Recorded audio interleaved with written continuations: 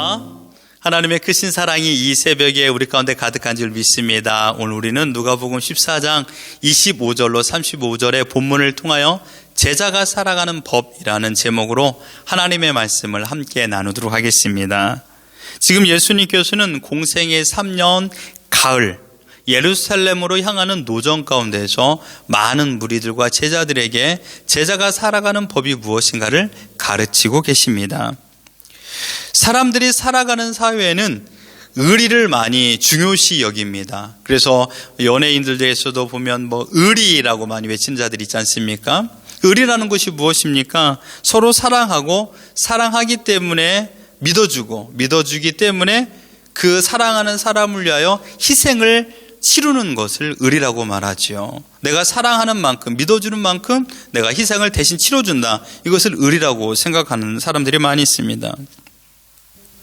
그러나 예수님과 제자들이 맺어야 될 관계는 의리보다 더 숭고한 관계가 있습니다. 그것은 생명이 결부되어 있기 때문입니다. 인간과 인간이 맺은 의리는 생명을 내걸 것처럼 말합니다. 정작 그 생명을 내걸어야 될 상황이 된다라면 쉽게 포기해버릴 때가 많은 것을 우리 주위에서 보게 됩니다. 그 의리가 깨질 때가 많이 있죠. 이것을 우리는 다른 말로 표현하면 배신이라고 말합니다. 의리를 선택하는 것보다 자신의 이득을 선택하는 경우가 더 많은 것이죠. 다른 말로 표현하면 의리를 선택하는 것보다 자기의 손해보는 것을 결단코 원하지 않는 선택을 할 때가 많이 있습니다. 여러분, 예수님과 맺은 숭고한 관계는 생명으로 맺어진 관계입니다. 예수 그리스도의 죽음으로 말미암아 우리가 그 생명을 얻었기 때문에 우리가 주님을 나의 주인으로 모실 수 있도록 하나님께서 우리를 불러주신 것이죠. 그래서 우리는 오직 예수 그리스도 안에 거하여야만이 살아갈 수 있는 존재가 된 것입니다. 이것을 잘할 수 있는 것이 예수님의 비유의 목자와 양의 관계입니다. 목자는 양을 사랑합니다. 양 또한 목자를 사랑하지요. 그래서 서로 함께 사랑하는 관계로 맺어졌습니다. 그런데 여러분, 목자는요, 양으로부터 사랑을 받지 않아도 살아갈 수 있습니다. 그렇죠? 그러나 양은요, 목자의 사랑이 절대적입니다. 목자가 나를 사랑해 주지 않아도 나는 괜찮아. 이런 양은 결단코 그 다음날 자신의 생명을 지켜낼 수가 없죠. 목자가 지켜주지 않으면 양은 한 발자국도 움직일 수가 없습니다.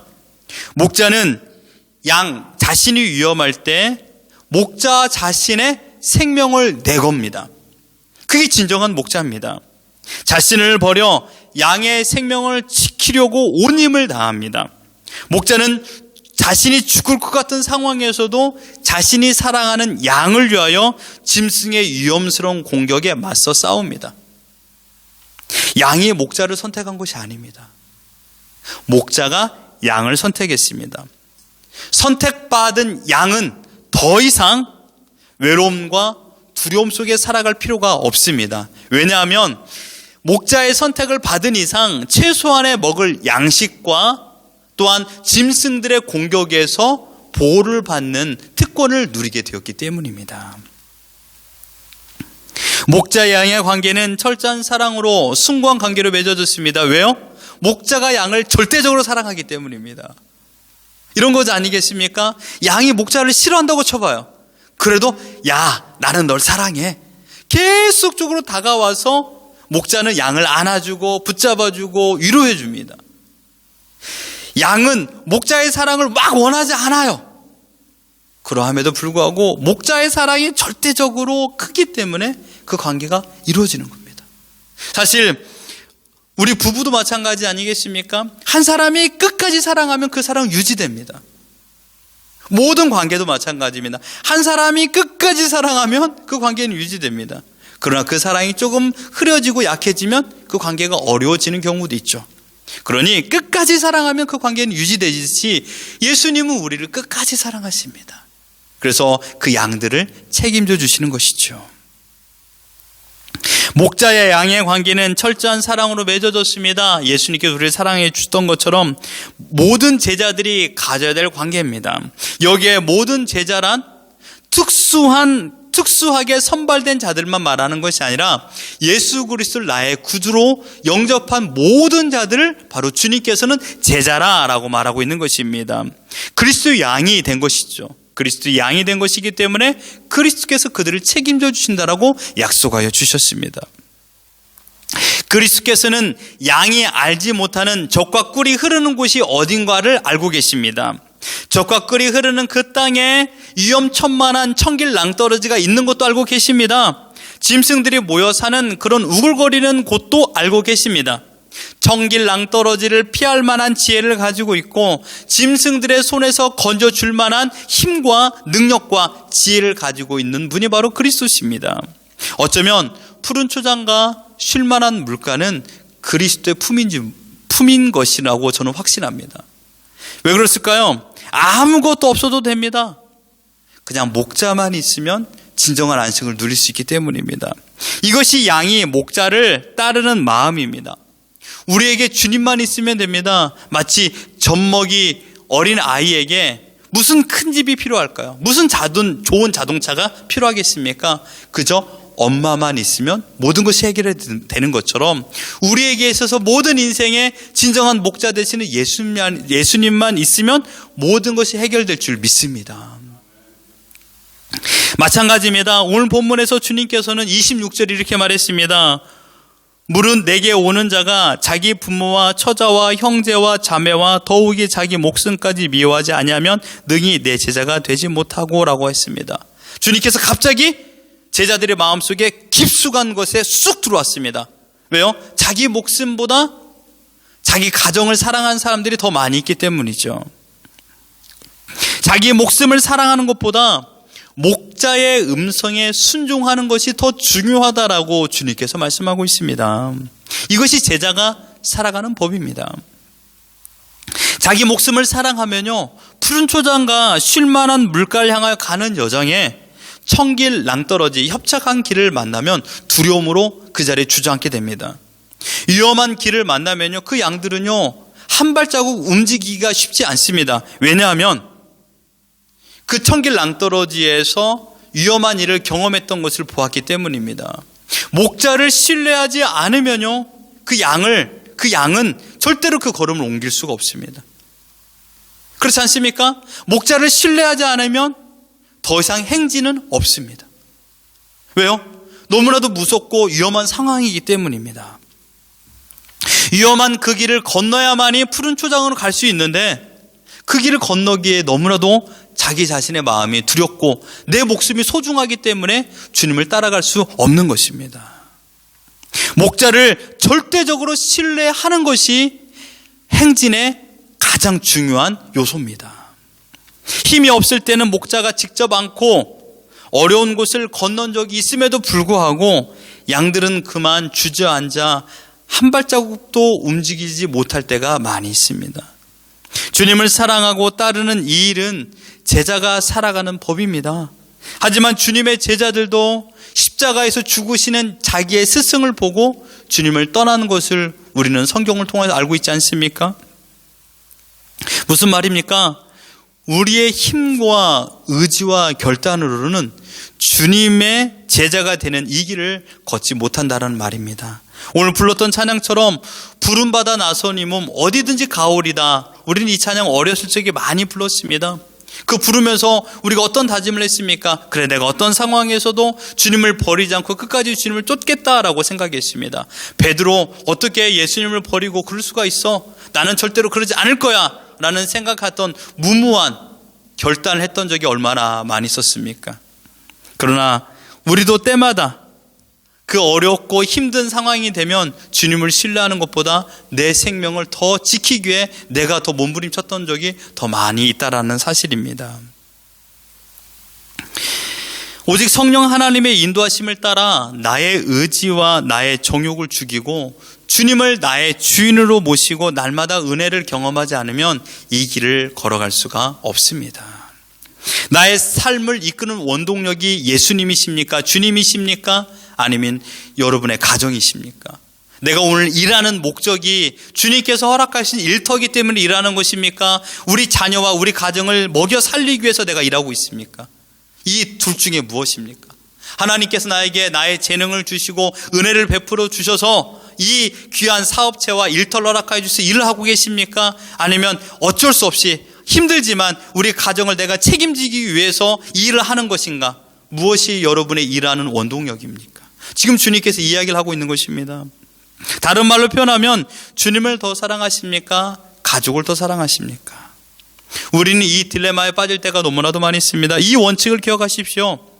우리에게 생명을 주신 분이 예수님이 하나님이십니다. 마찬가지입니다. 우리 가족을 허락하여 주신 분도 하나님이십니다. 주님이 나의 주인이시기 때문에 나를 보호하듯이 주님이 우리 가정의 주인이시기 때문에 우리 가정을 보호하고 있는 줄 믿습니다. 이게 중요한 원칙입니다.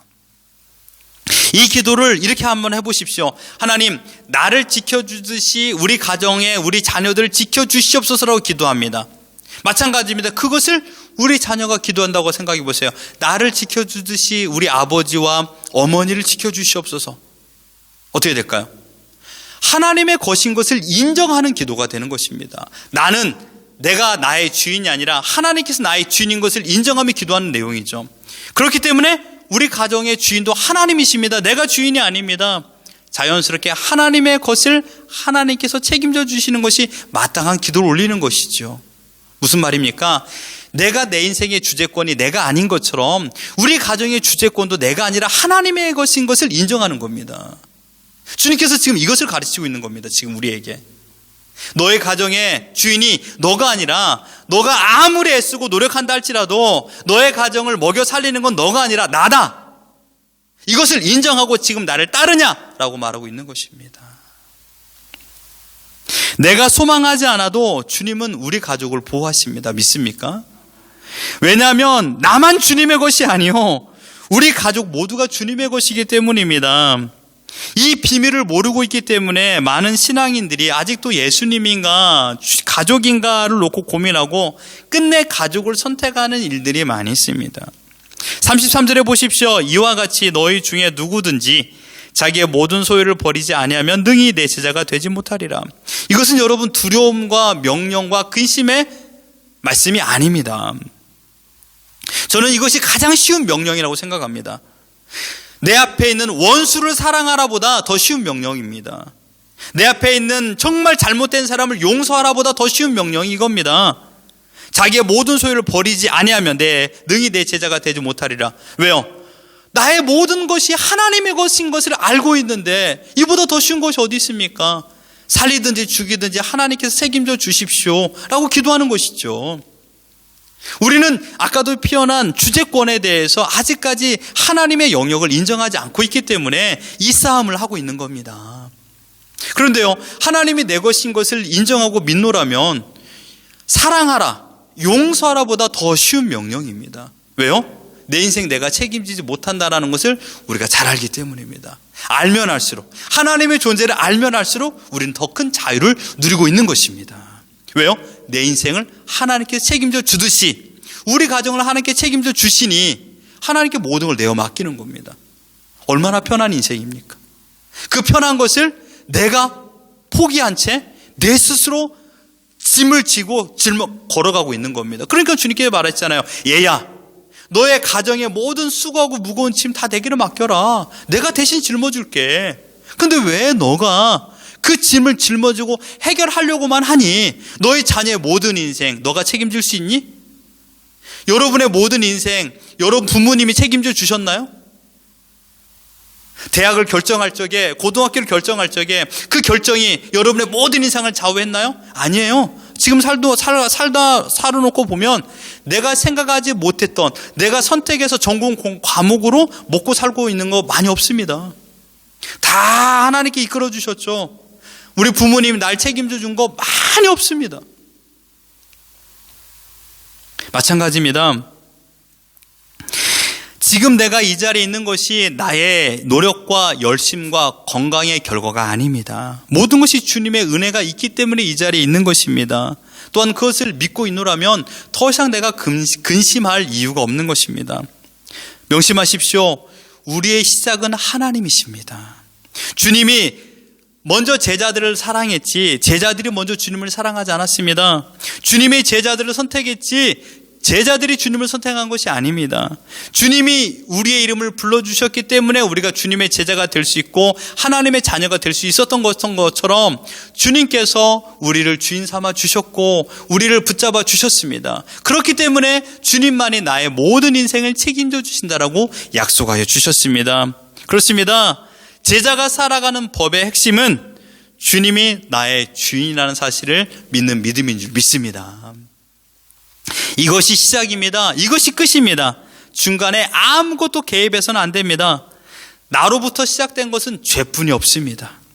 나의 것은 나의 이름조차도 내 것이 아닙니다. 누군가로부터 부여받은 것이죠. 모든 것이 하나님께서 허락하여 주셨기 때문에 오늘 우리가 오늘이라는 시간을 살 수 있는 것입니다. 주인의 뜻을 따라 오늘 살아가는 것이 바른 청지기입니다. 그렇다고 여러분의 가족을 결코 허투루 대하라는 얘기가 아닙니다. 사랑하지 말라는 말이 아닙니다. 내가 주인이 아니라 주님이 주인인 것을 믿고 그 주님께서 우리 가족의 주인인데 내가 어찌 함부로 대할 수 있겠습니까? 함부로 대하면 월권을 행사하는 거죠. 하나님 것인데요. 내가 어떻게 함부로 대합니까? 주님이 주인이라는 그리스도의 주재권을 인정하며 우리 가정을 온전히 청지기의 마음을 가지고 섬겨나가는 것입니다. 그래서 허락하여 주신 자녀와 가정을 사랑하는 것입니다. 왜요? 하나님의 것이기 때문입니다. 하나님의 사랑 안에 가족을 넣으십시오. 그렇다면 우리는 주님을 사랑하며 주님이 원하는 제자로서의 오늘을 살아갈 수 있습니다. 온전히 주님께서 나의 모든 것을 책임져 주는 것을 믿기 때문입니다. 제자가 되는 길은 오직 주님이 나의 주권자라는 사실을 믿고 모든 것을 내어 맡기는 겁니다. 바라옵기는 오늘 하루 주님의 내어 맡김의 인생을 경험하고 그 은혜 가운데서 하나님께서 길을 열어주시는 것을 느끼고 하나님께서 모든 것을 채워주시고 인도해 주시는 것을 확신하며 감사함으로 오늘을 살아가는 우리 모두가 되기를 예수 그리스도 이름으로 축원합니다.